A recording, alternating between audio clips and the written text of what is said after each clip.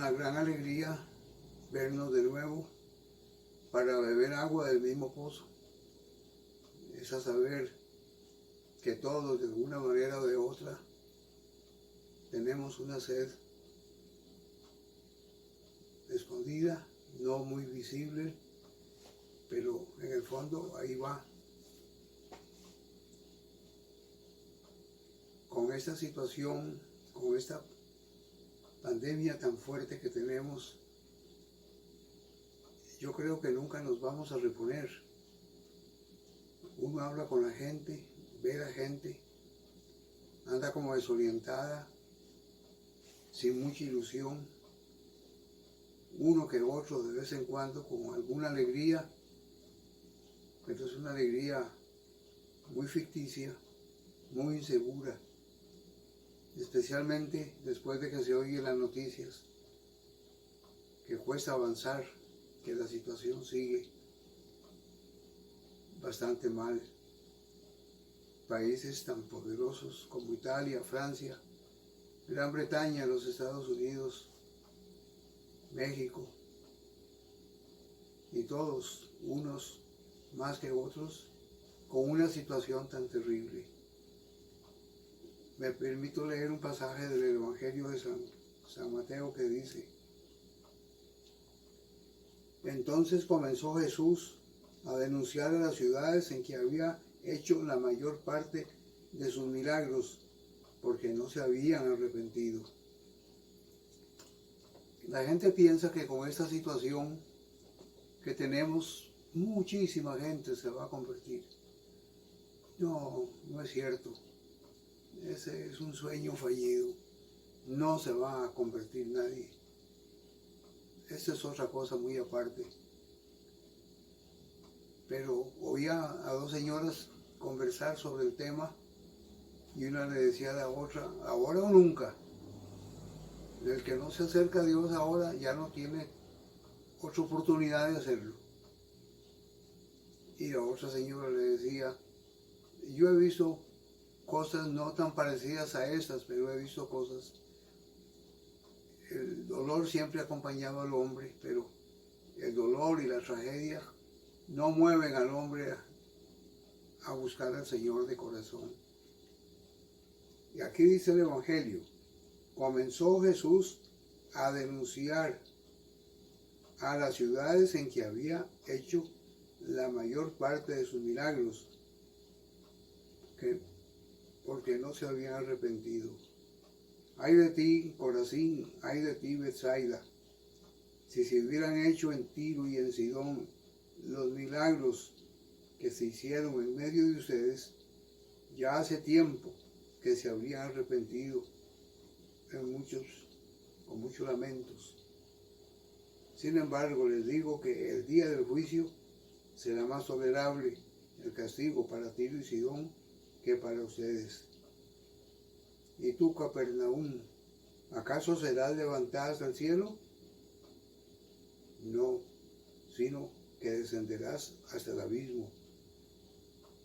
Si los signos que se hicieron en ti se hubieran hecho en Sodoma, esta habría permanecido hasta el día de hoy. Pero te digo que en el día del juicio será más tolerable el castigo para Sodoma que para ti. La manera como habla Jesús, ¿verdad? Cómo personifica a las ciudades como si fueran seres humanos y las increpa. Pues es obvio que así es. Se está refiriendo a la gente y no concretamente a la ciudad. Las calles bien hechas, los edificios bien construidos, ahí no hay vida, solo sirven para transitar y para hacer más fácil la comunicación. Pero el mismo Señor Jesús hizo un alto en el camino y empezó a hablar de una manera tal que los discípulos entendieran qué malagradecida que era la gente, qué indiferente. No había manera. ¿Cuál era la diferencia entre estas ciudades y Sidón y Tiro y las las otras ciudades que se mencionan aquí, Sodoma y Gomorra. Bueno, sencillamente que ninguna de esas ciudades había tenido la oportunidad de conocer al Señor Jesús. Entonces, hasta cierto punto, como que se justificaba, porque no habían tenido la oportunidad de ver su amor, su cariño por los niños, su amor por las mujeres, su amor por el hombre enfermo, su amor por el hombre lleno de prejuicios, acusado por sus actos en la sociedad. Jesús hizo lo que pudo. Sin embargo, el mismo Evangelio, según San Juan, dice que es imposible haber construido una vida de Jesús. Es imposible, lo dice aquí en el último pasaje de Juan 20. Dice, Jesús hizo muchas otras señales milagrosas en presencia de sus discípulos, las cuales no están registradas en este libro, pero estas se han escrito para que ustedes crean que Jesús es el Cristo, el Hijo de Dios, y para que al creer en su nombre tengan vida en su nombre, tengan vida en su autoridad. Entonces, ¿qué serían las faltas que Jesús vio en estos pueblos en los que Él se crió, por donde Él anduvo, que hacían tan dura la crítica de Jesús? Pues yo creo que si nosotros nos ponemos a pensar un poquito, lo podemos ver. Nosotros mismos hemos sido indiferentes. No nos interesa tanto, tan profundamente, pensar en Jesús y su obra y lo que Él hizo por nosotros. Todo se ha vuelto tan rutinario. Pensamos que con cantar un himno basta, que con pasar un rato reunidos tal o cual día es suficiente. Pero es más que eso. Ya lo había dicho el Señor Jesús en alguna oportunidad: el que quiera ser mi discípulo, que venga y que me siga. Porque ser cristiano es un seguimiento de Jesús todos los días, todo el tiempo. Andar delante de Él, vivir para Él. Y de esa manera demostrar con nuestros actos, con nuestra vida, lo que Él ha hecho en nosotros. Esa es la gran oportunidad, yo creo, que nos hermana a todos los seres humanos del mundo, del mundial, para pensar muy seriamente en nuestro destino, para sufrir, para darnos cuenta que el sufrimiento ha cobijado también a todo ese globo terráqueo. Se globalizó el dolor, se globalizó la pena, la angustia, la desesperación. Todos los días pensamos que me tocará a mí. Uno no sabe, porque ese bichito lo ve a uno, pero uno no lo ve a él. Entonces nos dan los consejos de parte del Ministerio de Salubridad Pública: si sale, tenga mucho cuidado, guarde estas recomendaciones, quítese la ropa, báñese, cámbiese. Y no nos damos cuenta porque no vemos al enemigo. No es que es invisible, es que no lo ve el ojo, pero existe, está. Y basta que pesquemos una partecita para que prolifere y nos revuelque, nos ponga en cama y nos arruine por completo. Y vean ustedes todas las consecuencias que están viniendo a causa de esa situación. Gente desplazada, sin trabajo, no hay esperanza de conseguir un trabajo. Lo que hay son ayuditas asistenciales, de algo sirven, pero no es mucho lo que se puede hacer. Donde hay familias con 3, 4 hijos, donde hay necesidades básicas, pero las hay de todos los días, situaciones difíciles. Bueno, yo creo que nosotros los cristianos debemos duplicar nuestra misericordia, nuestro amor, nuestro profundo interés en la gente, estar listos a servir, estar dispuestos a ayudarnos, a preocuparnos, no tanto por nosotros, sino también por los demás. Por el momento estamos bien, gracias a Dios, pero mañana no sabemos. Amados hermanos y amadas hermanas, no desperdiciemos el tiempo, no seamos indiferentes con aquel dicho, cada uno en su casa y Dios en la de todos. Estando yo caliente, que se ría la gente. No, eso no se aplica. La preocupación es universal y debemos estar listos para servir en lo que se nos requiera, y no se tiene que publicar, no necesitamos publicarlo. Que no sepa tu izquierda lo que hace tu derecha. Que el amor se manifieste de una manera pródiga, alegre. Hay muchas maneras, usted y yo las vamos a ir descubriendo en el camino.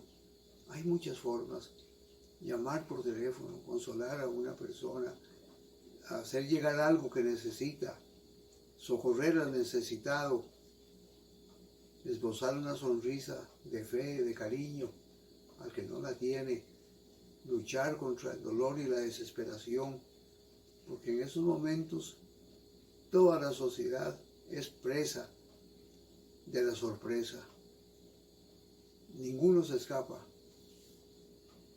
Por esa razón, Jesucristo hace aquí la comparación, porque Él anduvo por las calles de su pueblo, los conocía bien, hizo maravillas para demostrar que Él era el Mesías, que el reino de Dios se había acercado, pero a la gente no le importó. A la gente eso no se le dijo. Jesús fue como un extranjero en su misma tierra. Ya lo había dicho en una oportunidad, no hay profeta sin honra, sino en su misma tierra. Ojalá que en estos días nosotros, que no nos hemos podido reunir en el templo, no nos olvidemos que somos cuerpo de Cristo, que somos la iglesia, que es agente del reino y que debemos ser fieles a los postulados del reino de los cielos, llenos de amor, llenos de misericordia, llenos de compasión y de ternura, y que haya en nosotros el mismo sentir que hubo en Cristo Jesús, que Él se dio sin reservas para todo el género humano. El Señor nos ama y el Señor quiere que nosotros en estos días mostremos su amor. Esta sociedad, si mañana mismo se parara todo y se nos diera el anuncio de que ya hay una vacuna y que si no hemos caído en cama, hay otras maneras para curarnos, restablecernos, ya cambiaríamos muchísimo. Y tal vez con el doble de ganas empezaríamos a hacer las mismas cosas de antes. Así es el ser humano. Después del diluvio, estaba leyendo yo un día de esos, cuando el Señor visitó de nuevo a Noé y se hicieron unas pruebas para ver cuán altas estaban las aguas. Pasaron muchos días hasta que bajaran, y dice que el Señor Yahvé hizo soplar un viento fuerte para que bajaran las aguas. Y Dios dijo: nunca voy a volver a castigar a esta gente. Es que no cambia. Se les puede mandar una cosa u otra, no cambian. Es un asunto del corazón. Ya lo había dicho Jeremías en el capítulo 31, hablando proféticamente del reinado de Dios. Escribiré mi ley en sus corazones. Eso fue lo que vino a hacer el Señor Jesús, a esculpir en nuestro corazón, en nuestra vida interna, esa vitalidad del Espíritu.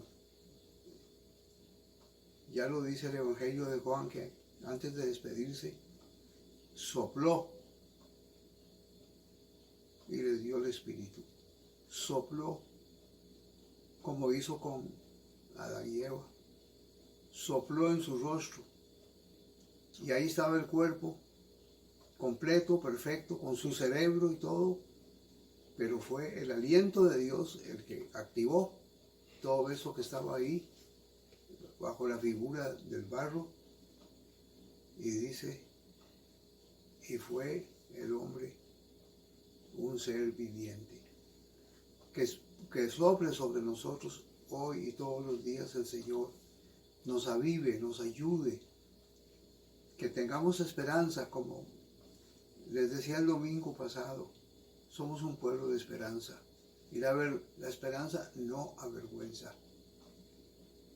De alguna manera tenemos que salir también de este mundo. No sabemos cómo. Tampoco debemos provocar y tentar e insistir. Cuidémonos, pero no nos olvidemos que después de esto viene también la posibilidad de que nosotros salgamos de aquí. Oremos unos por otros, hermanas y hermanos. Oremos unos por otros. Oremos por la gente. Oremos por los niños en los hospitales, por los ancianos, por las madres, por los hogares que están destruidos. Porque de una manera u otra, aunque la gente siempre es indiferente para las cosas del Señor, pero le tocan muy de cerca los dolores de su familia. Gracias a Dios que podemos confiar en Él y podemos pedir que Él esparza su amor y su misericordia en nuestras vidas. Que la paz del Señor esté con nosotros ahora y siempre. Amén.